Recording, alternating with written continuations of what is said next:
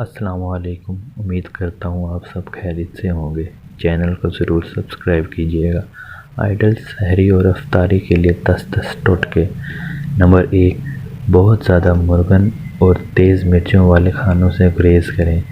بہت زیادہ نہ کھائیں۔ اگر بھوک زیادہ لگے، روٹی سالن کی جگہ پھل فروٹ، چاہے وہ چاٹ کی صورت میں ہو یا جوس کی صورت میں، ان کا استعمال مفید ہے۔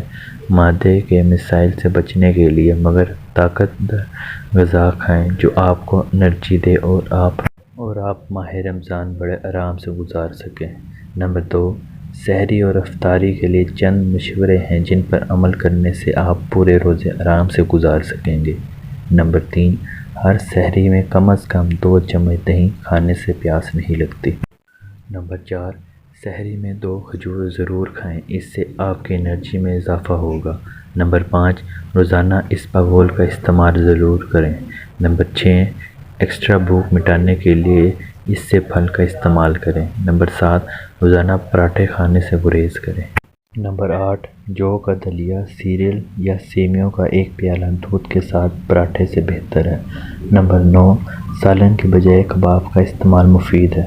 اگر بیک وقت 2 موجود ہو تو آپ کھا سکتے ہیں۔ نمبر 10، تمام ڈرائی فروٹ تھوڑے تھوڑے ملا کر کھانے چاہئیں۔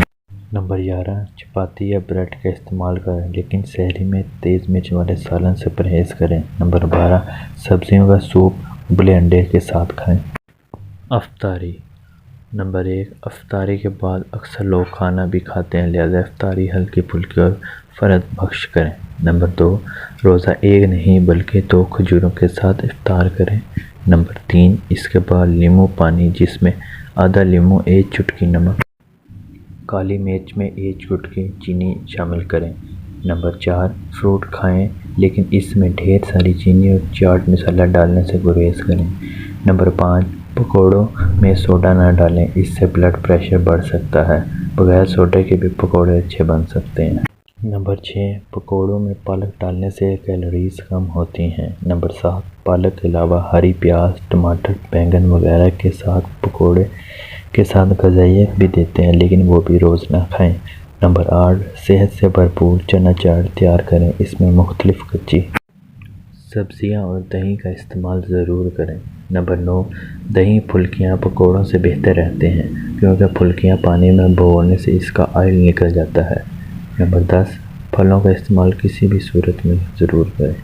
نمبر 11، مکس سبزیوں کے گھر پر سموسے تیار کریں اور بازار کے سموسوں سے بچیں۔